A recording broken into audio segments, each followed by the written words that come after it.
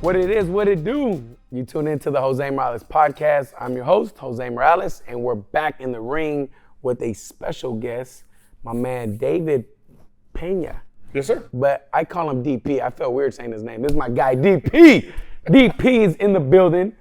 Welcome. Thank you for coming on, DP. Yeah, it's cool to be in the ring with you like this and you not throwing anything at me. Me not trying to smack you. No. Nobody wants to see that. My guy, DP, here's been a member now a few months, 4, 3? I'd say 4. 4 months? Yeah. 4 months. And one of the things that I love about you is just your energy. You have great energy, super inspiring, just talking to you. And then I had lunch with him recently. And that lunch, I left lunch that day feeling really inspired, but just not that I didn't admire you before, I did, but I left feeling like amazing, not just about myself, but you knowing, because you shared so much stuff about that hard stuff that happened and how you overcame it and how they created stronger relationships with like your son, with your wife, with your daughter. And I was just like, wow, I need to have you on. And I think shortly after that, I told you, come on the podcast with me. And the reason for that is because everybody I have on the podcast is people that I feel we can learn from. And there's so much good stuff that you shared with me that day, the conversations we had. I'm like, I need to have DP on just to get all this knowledge for the world, not just for me. So how do you feel about being on the podcast? Are you nervous? Have you been on one before? I haven't, and I'm not nervous. I think you brought out, so a nod to you and you, the energy level, we were, alike at that lunch. Mm-hmm. We talked a great conversation. Yeah, and it just naturally brought that out in me. So I wouldn't necessarily feel that comfortable with somebody to share to that level that quickly. Yeah. So a nod to you and the energy that you have. Oh, thank you for that. Inspire that as well. No, it was really good. Yeah. So give people a little background on you, who you are, what do you do? Give them a little introduction about DP. Yeah, so I'm in my 50s now, and I decided to start trying something new. And boxing came to me at the beginning of the year just by doing some shadow boxing, some online stuff. And that brought me here, ultimately, a series of steps. But to this moment right now, it's a long story. I basically have a family live in Roseville. My wife, my daughter live with me. I have 2 sons. Got a couple French bulldogs that are becoming the kids. Yep. Never thought I'd say that, but they're becoming the kids now. And we just have a really a low adversity in our lives. We're fortunate enough to have both be IT professionals, and that provides a certain income level that supports, but I think more our spirituality and having perspective that keeps us grounded regardless. So I think I'm going to move into a philosophical thing and then I'll switch back. No, go ahead. The notion I shared with you, we deserve peace regardless of circumstances. Yes, and that's one of the things I wanted to talk about with you too, because I definitely want to come back to that and talk about that, because I love it. That stuck with me the whole day. I'm like, you're right. But we're going to talk about that. I don't want to go into it too much yet. Yeah, so let me finish that thought. So I think we've done over time that being a phrase or a thought and done the work to develop that into our perspective, our visceral perspective of how we view our lives, live our lives. And what was the time frame when you started thinking with this, we all deserve peace? Is this something new, a couple years, 10 years? You've always been this? How long has this mindset been for you? The journey has been probably about 13 years when I had an epiphany that I wanted something different. Yeah. Which was a blessing. Many of us don't ever have that epiphany that there's another way. Yeah. And I really just this evolution of trying out this documentary, I think it was called What the Hell Am I, or What the Hell Is This, that started to piece together an understanding of another way, just other ways. So I became a seeker. Like I started thinking about the universe and what the universe was made of. And then that got me to start studying microbiology. It's like, well, cellular, what are we like? Yeah. And then I landed somewhere in the middle with the Deepak Chopras, with Eckhart Tolle's, and these Gandhi, these philosophical thinkers. Became very spiritual. I wouldn't say became very spiritual, but I was seeking. Yeah. So I wasn't really to jump in and say I was a spiritual person, but I was curious and I kept going down the path. So that led me to about maybe 4 years ago, A Course of Miracles, which is a program that I study now, which all that work positioned me for when the Course of Miracles hit me.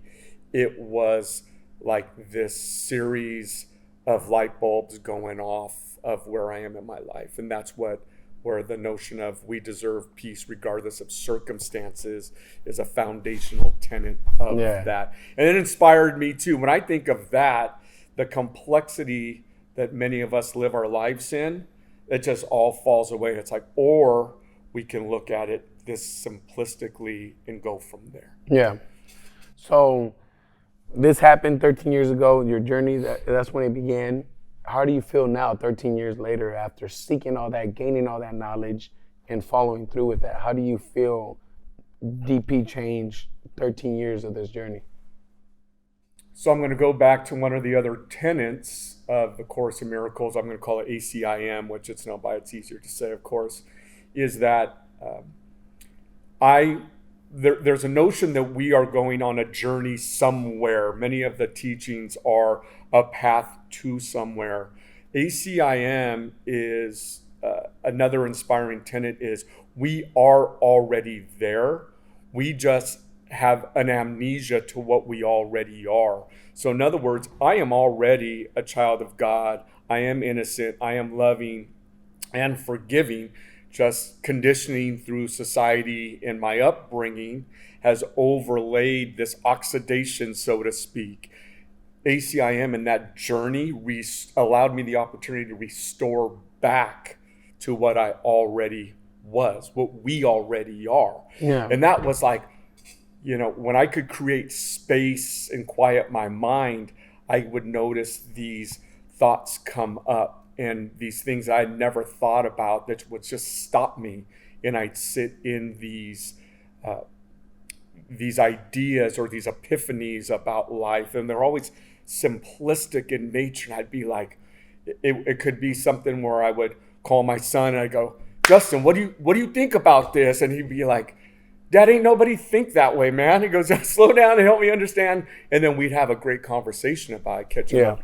Or just with my wife, I'd read something, man, and I would just start crying, man. It would open up something within me. And I'd run tell my wife and go, hey, this is just what happened. And in that 30 seconds, I became a different person. I am not who I was 30 seconds ago. So that's what ACIM has done for me. It's restored me back to who I've always been and who we always are. Yeah. And we all have that opportunity. So this is a course you take? Explain this so for everyone can understand what exactly what it is. Yeah. Thanks for asking. So it's a Course in Miracles is a study that's out there. YouTube it, Google it. It is a book. It's a series of 3 texts that are in that make it up. One is the text, which is in essence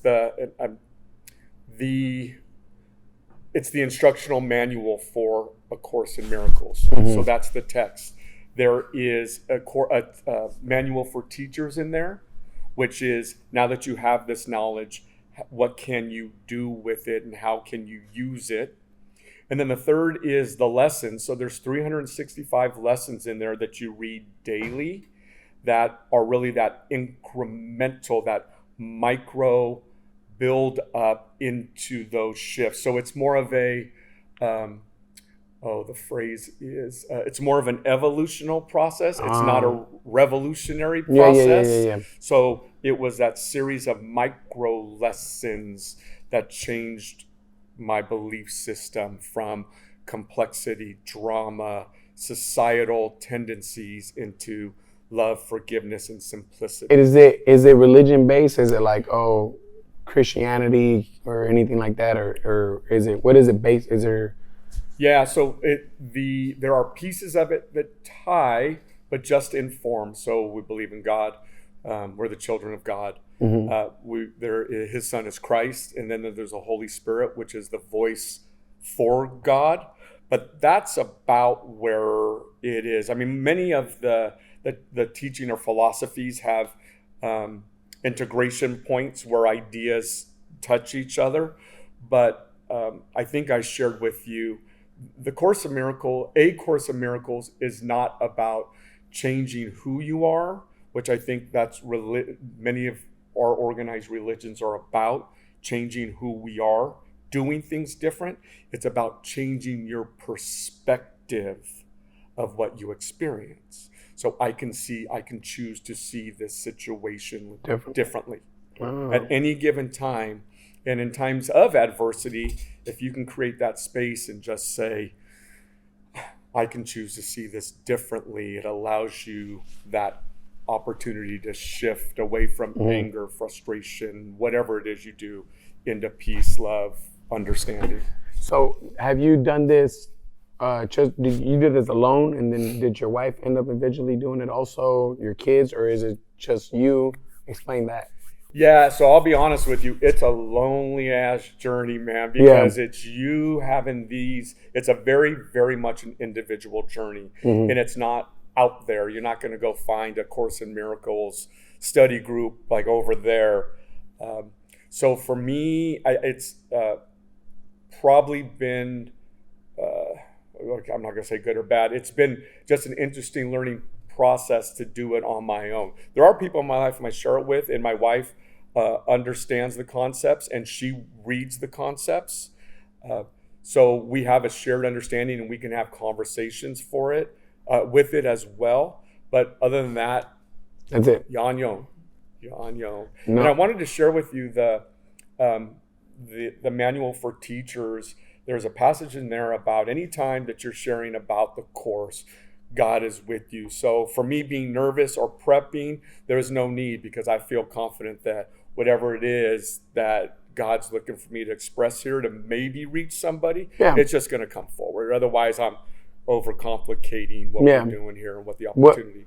What was your adult life, your life like growing up? Talk to us about that. What was your childhood like to teenage years and early adult years? Yeah, so I'll start pretty normal up to my 20s. You grew up here in this area? I was San Jose. Yeah, I remember you moved back and forth. You were telling me. Yeah, so my parents have been in the same house since '74 in North San Jose. So my family structure, my core has been static. But in the early 20s, with my first wife, we moved to Maui. We lived in Maui for about 4 years. That's where I got in the golf business. Yeah, you were golfing. I remember you telling me. So we put ourselves in a pretty good situation where I was working at Kapalua, the Plantation Golf Course, which is I would just tied for #1 beautiful golf courses in the world. That's just a number I made up. But and then on my off days, I was at the beach or I was golfing with friends at the course. So sounds like a good that life. was our, we were month to month, but I was in her 20s. It didn't matter, it was always working out. I'm just. How long did you do that for? Well, it was 4 years, and then we decided to move to Scottsdale, which we were there for 2 years. Then we moved back to San Jose with my family for some reason. I can't quite remember. And then it was like, we never should have left Maui. And then we moved back to Maui for a couple more years. So I'm going to run through this real quick. So, and then when we were on Maui the second time, my wife and I divorced or split. When I was in Scottsdale, I happened to meet my current wife. We worked together at a job, and we had a friendship. We had kind of the energy together. And in '98, when I was separated, Carolyn and I reconnected, and we've been together more or less, since '98. So we celebrate our 20-year anniversary in September, but we've been together for like 25 years already. Wow. Yeah, congratulations. She's a glutton. Thank you. Congratulations. She split up quite a bit. So how did you end up in Roseville? So you went Scottsdale, Hawaii. Yep. How'd you end up here? Yeah, thank you. So in 21, we like made a decision where she was actually living in Scottsdale or in Mesa, Arizona at the time. She's from there. I was living in San Jose, and it was like, we got to figure this out. And we just happened to go to a friend's birthday in Roseville. And we're talking to a lot of people like, oh, they told us all about Roseville. And it was like, well, and then we ended up buying a house in Rockland in 2001, and Been here ever since. been here ever since. And 11 years. Yeah, we're both in IT. So this being all types of technology opportunities in this area has treated us really well. Yeah. Yeah. Kids grew up here and life's been great here. Yeah. Well, we've had some adversity along the way, but this area has certainly treated us well. Yeah. Yeah. And I think adversity will find you everywhere. That's true. It's not just in Roseville. That's true. That's good. So you have 2 boys, 1 girl. Mm-hmm. Are they all with your current wife or any of those from your ex-wife? Yeah, we have his, hers, and ours. So my oldest, Justin's 28. He's mine from the first. Tyler is my wife's son, our son, but from her relationship. And then Maggie is 17 and a half, And that's sneaking up on 18. Yep. And we're about to be empty nesters here soon. So You about to have all adults. yeah. How Think of it that way. does that feel, knowing that you got all your babies pretty much out? You raised 3 adults now. Yeah. I don't think I've thought about it, but I don't. When I was going through the events and the activities of kids, like when I coached, I was the baseball dad, right? And I was a soccer dad. But once I stopped being that, I didn't miss it and I didn't regret it, right? You just pass it down to the next generation to do. So the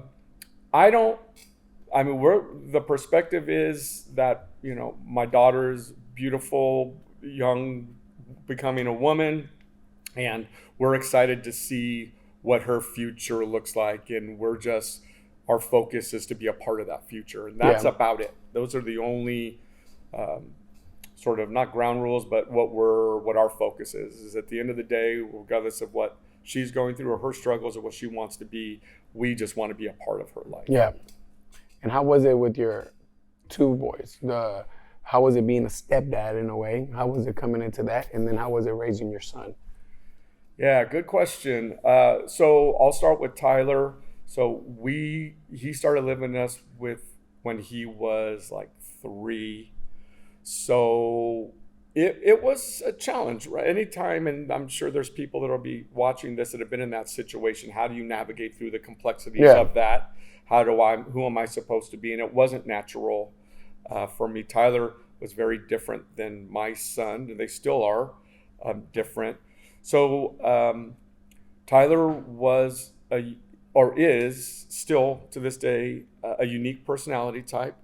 Good kid, does great decisions, put himself in good situation. We just struggled to find common ground for our relationship to thrive in. Yeah. Right. But there's still opportunities in the future, right?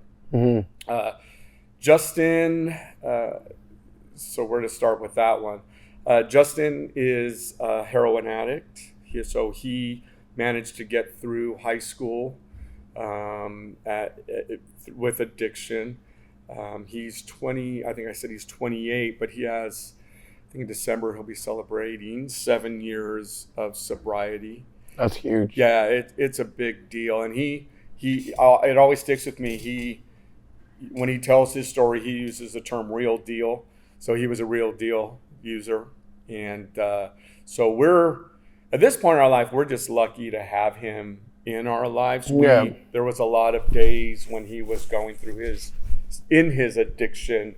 I'll just tell you a quick story, and if it raises emotion, just bear with me. No, go ahead. I'd walk down the stairs in the morning, and he was out on the streets. He was out on the streets either in LA or he was out in the streets. And by out of the streets, you mean like he was just in that home? Or? He would go, so we sent him through the process, right? We found out when the day came where we found his backpack where his shit was in it. And there was a lot of signs, but I think our thought was that it'll come to a head one day. And for us to hawk him and beat him up and question everything and tear apart his room, that wasn't who we are. But how do you balance that with someone who's puts themselves in life and death situations regularly? So it came to a head. We sent him to rehab. He came back. I actually drove out to Summerlin and drove him back, and so we could, reconnect.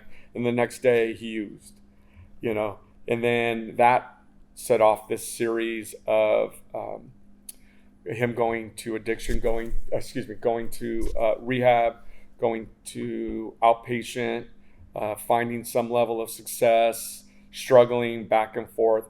And we let him back in our house. And, a big thing in that community is having boundaries. And, we had his little sister in the house. And did they all live with you? So you had all three in the same house during this time? Tyler by that point had gone to college. So Okay. he was away from that. But Maggie was there. They're 11 years apart. So she was little. She was little. So when you said the boundaries, so you had the boundaries. Yeah, the boundary was you can't be an addict in our house, right? You've got to be, and he just couldn't. He wasn't in a spot to uphold that. So, I think I shared with you. We literally had to say, you can't stay here. You have to go, and watch him walk down the street like this broken old man, like hunched over with nothing and nowhere to go. So. Oh man, explain that as a parent. You know that's rough. That had to be tough. Yeah. But then it's tough both ways because you have a daughter to protect that's home, that's, so making that decision. Relive that moment for us. What was going through your head? What was in your heart? How did you feel? Well, you're doing like this Oprah shit on me now. No, I'm curious to know because no, I don't mean to make you cry because it's if you don't want to talk about it, we don't have to. Yeah. But I personally know 3 parents that are struggling with this. Yeah. And I'm not dealing with that. So for me, it's very easy to be like, well, send them to rehab, or if they're not gonna listen, kick them out. It's easy to say for me because I'm not living that. I'm curious to know from someone that actually lived there and did that. It wasn't easy. It had to be tough. It had to be. How was that for you? Like what? So what made us all successful, because at this point, or to this point anyway, successful, is I think Carolyn and my wife and I didn't make it about us. It wasn't our addiction. It was his addiction. It was his choices. We had, when he did his amends, or we had conversations together, because it's the steps that got him through it, and then embedding with a community in Pasadena that was right place, right time thing for him as well. But we didn't make it about us. So we had to draw those boundaries. We knew it was the right thing to do. And then when those situations arose, we knew at our core what had to be done. And we held ourselves accountable to that.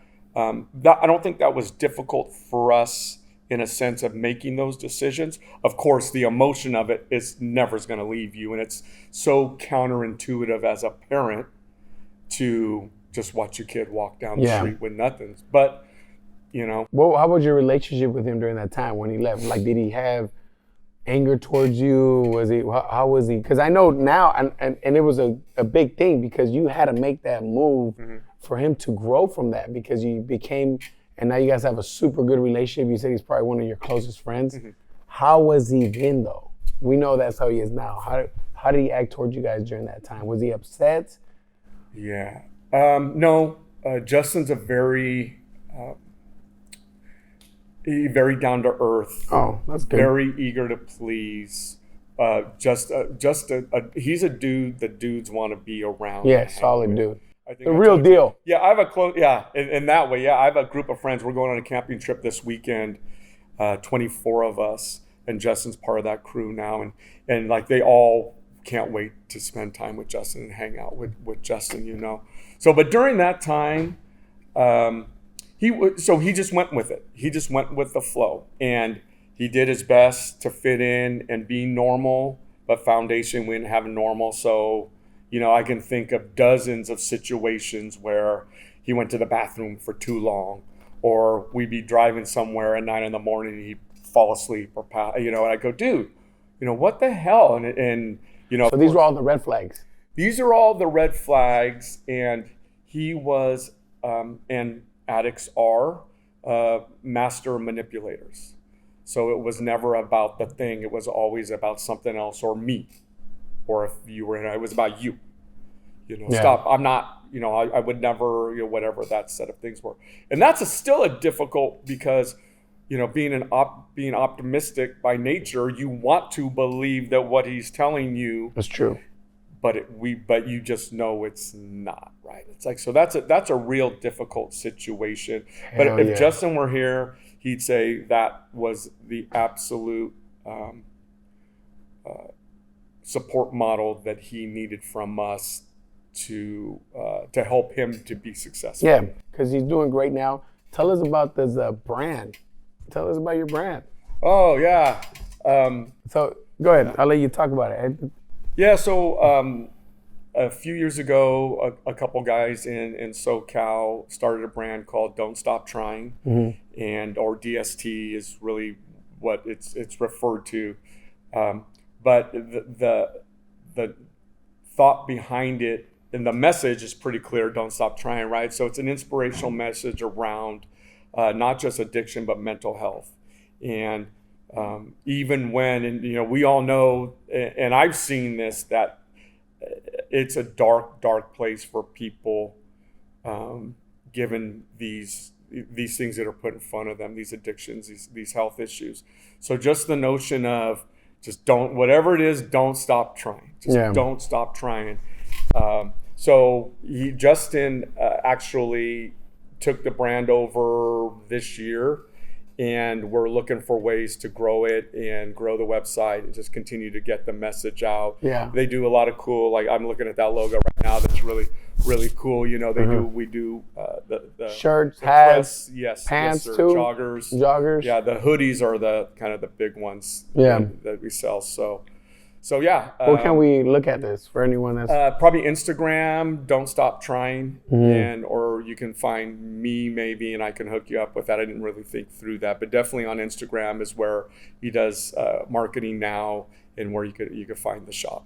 Okay, good stuff. Yeah. So you got a part of that. You this is with your son, and then you said he's also a great golfer like yourself. Does your daughter and your wife golf also? Yeah? No. Is it a family thing, or is it just the guys? Yeah. Well, Justin and I, because I was in the golf business from 91, so Justin was born in 94. So when he was real little, he was on the course with me. And I'd always be with a group of guys. So they'd always, call Justin, hey, Justin, come hit the ball, or Justin, come putt, or whatever. So he was exposed really early to golf. And he played 4 years of high school golf, and he was using at the time, which is interesting. In high school? In high school. Yeah, he went to Whitney, so he went to 4 years. I believe 4 years at Whitney he started. It's been a foundation of our relationship ever since. Yeah. So that and sports, be it, and I know you don't like some of these teams, but Giants, Sharks, Warriors. Now he's a Raiders fan. I went the Niners way. He's a Raider fan, but really? We're constantly texting or FaceTiming. Like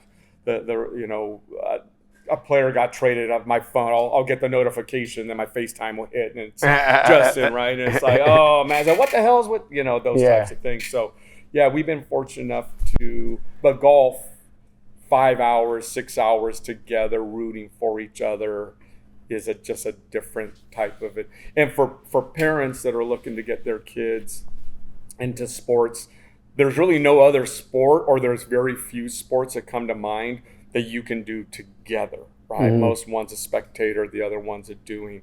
So golf is, and even him and I golfing with my dad from time to time is, how else do you get that together? Yeah, spend that time together. Interesting. I never thought about that. That's true. That's something you guys can do together, no matter the age. Yeah, and and we have fun, man. We don't take it too seriously. He's a big kid, and he hits the ball a long way, and he has talents, and he just likes to play with the guys and have fun. Yeah. How long you been? So prior to you being in how did the golf even come up with you? Was it like a family friend that got you into it? How did golf become a picture in your life? Yeah, so I probably like most kids, I would think, well, from when I hear stories, their dad would take them out or a close friend would take them out, and through high school they might play sometimes, and just be something more that I'm no good at, but I go out with the guys, we blow off some steam out there. In '91, through a series of decisions, we got the thought to move to Maui. And on the back of my dad's golf magazine, there was this advertisement, and it was a series of pineapple fields, just this rolling.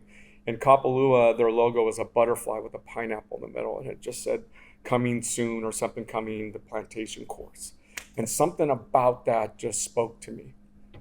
And we flew to Maui.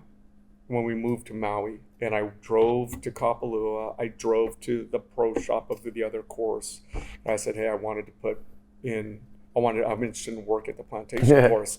And they said, "Hey, go down the street over there, go to that building over there." So when you started working there, that's how you got into golf? I just went, I got the job at the plantation course. It was a month before the course opened. And then I was in the golf industry. Boom. So then from there, it was, all the golf you wanted all the time. And I was around, they had 54 holes, so we had 3 courses, and many of the staff members were from the mainland. So it's a pseudo family over there in terms of just having people to hang out with, people to eat with, people to celebrate things with. So I had a group of friends, some that I'm still close to today, that took me under their wing. They showed me not just how to golf, but, life things. Yeah. So that's where golf started. And I'll be honest, I sucked for quite a while, but I'm horrible at golf. Oh, really? Horrible. We can fix that. I believe you. Yeah, I believe you. Man, I think what's hard for me is how horrible I was, and I expected me to be at least a little better. So accepting that was tough. Yeah. But yeah, I haven't done it a lot. I mean, I went like 2 times at a golf course, and then I've done the Top Golf stuff. Yeah. But even at Top Golf, I'm horrible. Like, I'm just horrible. I'm just golfing is not me. Well, so that's, enjoying golf and the camaraderie with golf has been such a big thing. I'm fortunate enough to have a big group of friends, and this weekend we're going, like I said, we have events where golf is the center of it. So it's just a passion. But that's where boxing really spoke to me, because I really found between other, I did yoga for years. Yeah, we still got to do a yoga class together. Yeah, I was just talking to Alex about that. Oh, Alex. Yeah, and there's a lot of similarities between golf, for me, yoga and boxing. Combined. Yeah, a lot of similarities. Like what? Name a couple. So I think simple but not easy. When you watch somebody box, it looks easy. When you watch a pro hit the golf ball, it looks easy.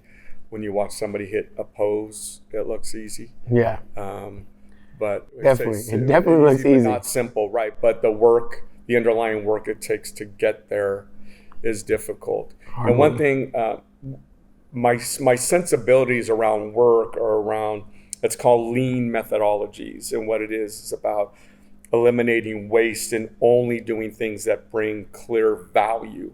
So if you overlay that onto physical sports, it's how do my golf swing that does all this crazy shit, and then I expect to get to the ball and my club face is perfect, right? How do I eliminate all that wasted movement that has no value to get to the ball, to have it do what I want to do?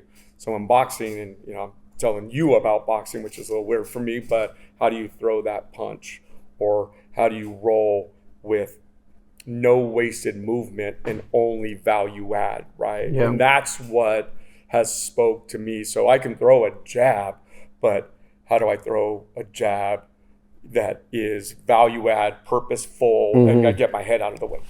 Yeah, right, because those it's types of things. coming right back. And those are the similarities that I find that have spoken to me about the three. How are you enjoying boxing?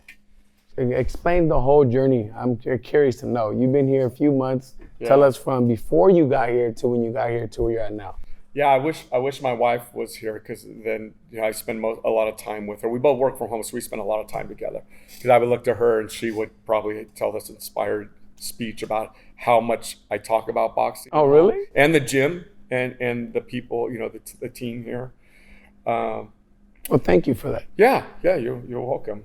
The question was, how did I get here? Yeah, so the journey to get here to when you're here to where you're at now. A few months before here, you were just doing yoga? I was doing the 10 rounds. Oh, yeah, the 9 round. Is that what it is? I think it's 9. I made up a new one. I think I might copyright that. I think maybe you added a round. If you know my cardio, that's the wrong way. Yeah. So 8 rounds. I was doing 8 rounds. Yeah. And so that was new, and it's still going back to the movements. That would get into my head quite a bit in terms of feeling that thing a certain way. Yeah. And that resonates with me, and that inspires me, it excites me. So going from there, and we finished the program, and I was like, I think I'm going to go join a gym. I'm going to see this through. And so I came here I put it off for like a week, and I was like, am I really going to do this? Then I came here on a Saturday and talked to Dina, and there was a class going. And I was like, oh, yes, we're definitely doing this.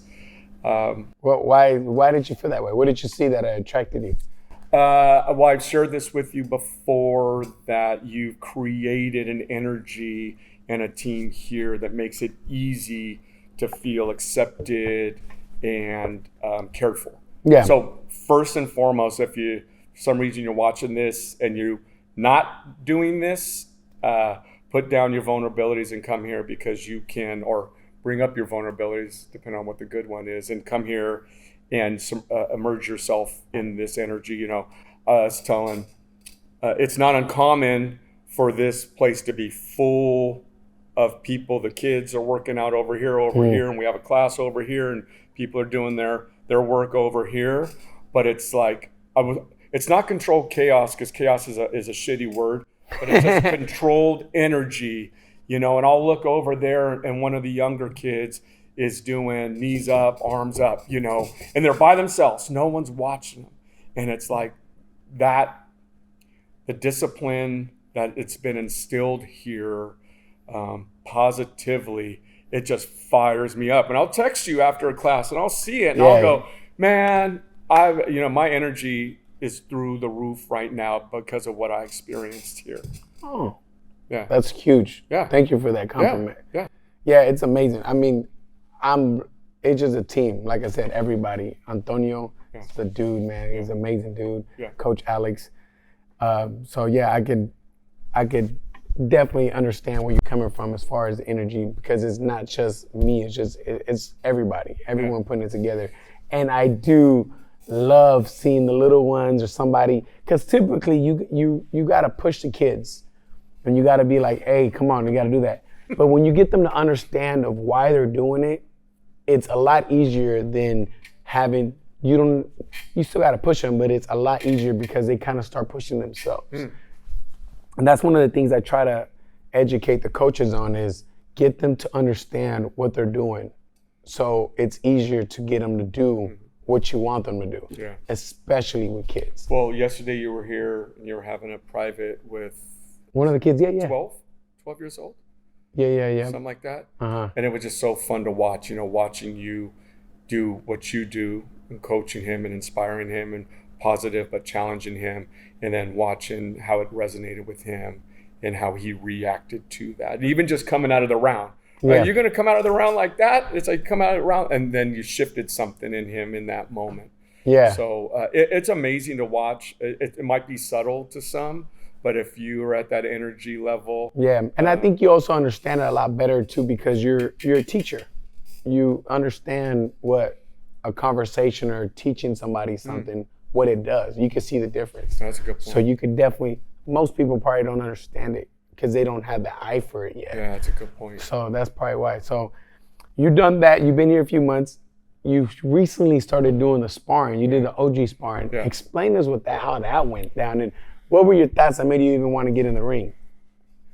Yeah, and I was telling Scott that I thought my journey was like by end of the year maybe I'll get in the ring, right? And Yeah. then Coach Antonio was like, hey, this is coming up, and I think if we do work on a couple things, you'll be right. It'll work for you. But I was going to use the word earlier, advocate. Like I feel like your team is an advocate for me, and Coach Antonio wanted me to experience that, to open up things within me and to open up my boxing whatever experience. So when I got in, I wasn't nervous. We were working on certain things. I got punched in the head pretty quick, right? And it's not a natural thing. It was the first time I wore the headgear and I wore the cup belt and the mouthpiece, right? The mouth guard. So wasn't a natural thing for me, but I felt safe. The group that we boxed with, we were all cheering for each other. I felt safe, and when you feel safe, you can have that organic, authentic experience. Yeah. And actually, right after I got hit, I was working on jabs, and I can't remember who I was with. He put his hands down. He sort of moved to the left. I caught him square on the nose with the jab, and my first reaction was to go, oh no, I'm sorry. And he's like, no. And then Coach said, no, it's good. I was like, oh no. And I was like, oh, okay, we're really doing this, Yeah. So I got that one out of the way. But and that's actually a very common thing that happens. Someone hits somebody, they want to say sorry right away. Right. Which is understandable. I mean, that's your reaction, natural reaction. Yeah. But yeah, you're boxing. I mean, you're supposed to hit each other. Yeah, and it opened up. That was there's we can have knowledge, but until we have the experience, we're only limited to the knowledge. Yeah. Right. So, and Coach Antonio, his wisdom was you got to get in there and experience it to open it up. And it sure as shit did. How do you feel? Are you gonna do it more, or did that? Is that a one and done thing? No. Yeah. What's your goal? It inspired me. I was just talking about. I gotta work harder on not getting hit, and getting myself out of positions to get hit, moving. That is really on the forefront on what skills I'm trying to develop now. Is I know I'm moving, but I don't think that anything's getting out of the way. Yeah. So how do I not get hit? Yeah. And the footwork, I get moving out and moving around, pivoting to shift my positions. But when we're standing in front of there, I feel like my head's like the size of this table, man. I got to figure out how to get that out of the way. Yeah. You'll get there for sure, especially with the training, because you've only been here a couple months. It's not like, and this is definitely a process. Well, we've shifted from, and I felt this earlier again. This was something I was looking to do, coming here and box, but now this is someone I've become. Yeah. Right, and that's different. Now I feel like I'm a part of this that you're building. That I have even just with just knuckle bumping one of the kids that's next to me, and I might be on the speed bag or shadow boxing, and just I feel that's awesome. Yeah, I just feel like I can give back in really small ways to maintain or grow that energy that's here in any given time. For sure. Yeah. You definitely fit right in. You have great energy. Oh, thank you. Great energy. It's very, like I said, it's very inspiring. It makes you feel good. Yeah. Yeah. If I ever have a down day, I think I'm going to call DP. I'm like, right. DP, let's go get some Mexican food. That sounds like a great time. Tell me your favorite thing about Antonio, Coach Antonio. I would love to hear this. What is your favorite thing about him? Antonio, you see that? He doesn't have a favorite thing, Antonio. Get off your high horse. No, I'm playing. I'm playing. Antonio's amazing. Let me hear it. He's a great balance of, the word that came to mind was humble or humility. He can be a coach, but when I start to talk, like share something with him, he stops and he's focused on what I have to say. Yeah. And we can sit in that conversation, or he'll say, I didn't even think of it, or just the foundationally being that grounded and given his responsibilities as a coach, it's a great mix. Yeah. So we built a nice, relationship here. I have a 4:15 with him today that I'm going to think about it all day. Right? I'm thinking about getting that time with him and him pushing me probably wanting to grow and do better for him. Yeah. And that sounds weird because that's counterintuitive to a lot of things that are, but that's really the relationship. That's how I see him. Yeah. Right. And I just can't wait to get in here. And this morning, perfect example, man, of this place. Yeah. DP. When I walk in, man, and everybody shares that with me, and I see Coach Antonio, and he comes right over to me, man. It's just it's uncommon, man, and it's really cool. So I'm really thankful for him, and I've got to spend time with all the coaches, and they all are trying to make me better, whatever that means. Exactly. Make yourself better. Yeah. Good stuff. So we talked the boxing, we talked your family, we talked your with you IT, you're traveling. Let's get into some fun random questions now. All right. Give me your favorite restaurant in this area if you're gonna go out to eat. McCooney. Boom. McCooney. Just easy, man. Boom. Just easy. What roll? I do a Judy 2 roll, but we've got this hand roll with it's like at the end of the day, besides ahi, soft shell crab, and I like hot, crunchy soft shell crab, man. So we do a hand roll, but I've eaten. I'm not that guy where I've eaten sushi all across the world. I've never had better food than I've had at McCooney. So that's awesome. our special occasion place. Yeah. That's good. Yeah, shout out to Taro. Yeah, I'm actually gonna have him on. He's gonna be on the podcast one of these days. So, next question. Tell me something about DP not many people know. Well, we've probably spent a lot of time in it with my spirituality. Trying to think if there's anything else.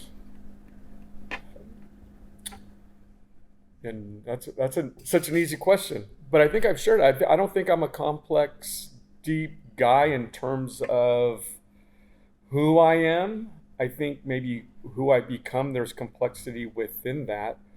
But what you see is what you get, I think. I'm like that at work. I have a team of about 20 underneath me, and I'm this person. I don't have that type of energy, or it's inauthentic for me to be somebody else at any parts of my life. Good stuff. Yeah. So if you can share anything with anyone listening to this, what tip or what would you tell this person? I want to share a thought with you. All right, hear it. Let me hear it. So let me share something with you. We were talking about your vision for over the next year, how you want to, I'll just use the word change, maybe boxing, certain industries within boxing. Is that fair? Correct. Yeah, that's fair. Paraphrasing. And you were like, people, when you tell people that, people think you're crazy. Yeah. And that stuck with me, speaking of things that stuck. And I thought, most of us, society is limited by this ceiling, this illusionary ceiling, where we have to stay in these confines of certain norms. Yeah.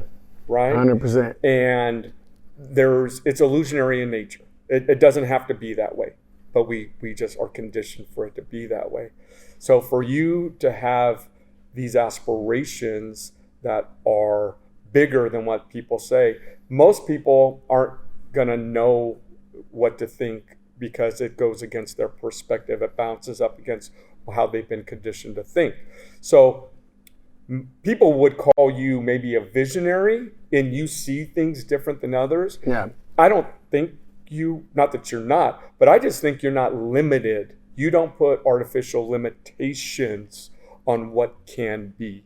And that's where, as a society, we have an opportunity to grow and aspire to more, be it your spirituality, being your business, being a better human, to go beyond what our limitations are, that they're not required. We're not required to think that way, but we think we are. Yeah. So for you, if I tie that all the way back to you, I can see that people don't understand what you're saying or don't get it as actually fueling you, but I hope that they never cause you doubt or pause for doubt that you can't accomplish. Because that's where you would come to me and it'd be, fuck all that, man. Yeah. Go chase that shit and then come back if it doesn't work out and just take those learnings. If it doesn't work out as expected. Sometimes you just got to make adjustments. Take those learnings and turn it into something new, man. So thank you for that, DP. Yeah. It means a lot. Sure, I'm definitely, I thrive every day on making a change in boxing. Yeah. I'm really, really like, in general, and then when I explain people the details and stuff, what I want to do, they do think I'm crazy, but I'm very determined. Yeah, that's the correct word. Determined to want to do that. And why not? And if not you, who's going to do it? Yeah, so and he needs it. To a certain level. Now we're expecting you to do it, so you can't let us down. Exactly. Hey, I like that. I'm going to be like DP. You're going to wear that burden. Yep. You gotta make it happen. Well, thank you for that, DP, for that reminder. Also, thank you for coming on and sharing your personal life, sharing everything, your story. Thank you for coming on the show. Is there anything else you would like to add before we end this? Anything you want to say or anything? Yeah, I think I've said quite a bit. I'll go back to where we started, where we deserve to have peace regardless of our circumstances. Sit with that, think about that, allow that to burn in and see if that doesn't drive a different perspective or allow it to drive. Go into a little bit more detail about that because we didn't get you to explain that. Explain what that means to you. Explain it. Yeah, so I think going back to society and conditioning and religion has social media, the news has a lot to do with this, but we're conditioned to think that in certain circumstances we should feel like victims or we should be angry. And our country right now there's a lot of really things out there that if you're looking to be angry, you can be angry. You can be angry. It's a perfect time for you to thrive in your angriness. Yeah. Or you can choose to just be at peace regardless of what's happening. Don't allow what's outside of you to control your peace. Control your peace from within. Yeah, I love that. Yep. I love that. That was really good. And it's like boxing, man. It's simple, but not easy. But it's not easy. It looks, but it's not. I 100% agree with that statement, though. It is true. We're very easily influenced we can be angry, mad, depressed, whatever we want to feel, but we can all deserve peace. I love that. And people are right there next to you to tell you, yeah, you should be angry. Yep. You should be, you're right. That is piss on. Yeah. Right? And that's how we're all conditioned. It's done out of love, right? You want to support other people, but sometimes supporting other people is just not saying anything, just saying, hey, I love you, Hey, I'm sorry that happened. I love you. 100%. Simple. Keep it simple. Well, thank you for coming on. Yes, sir. Thank you guys for listening. This episode is going to air on a Monday. So I hope you guys have a killer week. Thank you for starting the week off for everybody on a positive note with DP. I'll be back here at 4:50. Yep. Have a killer week.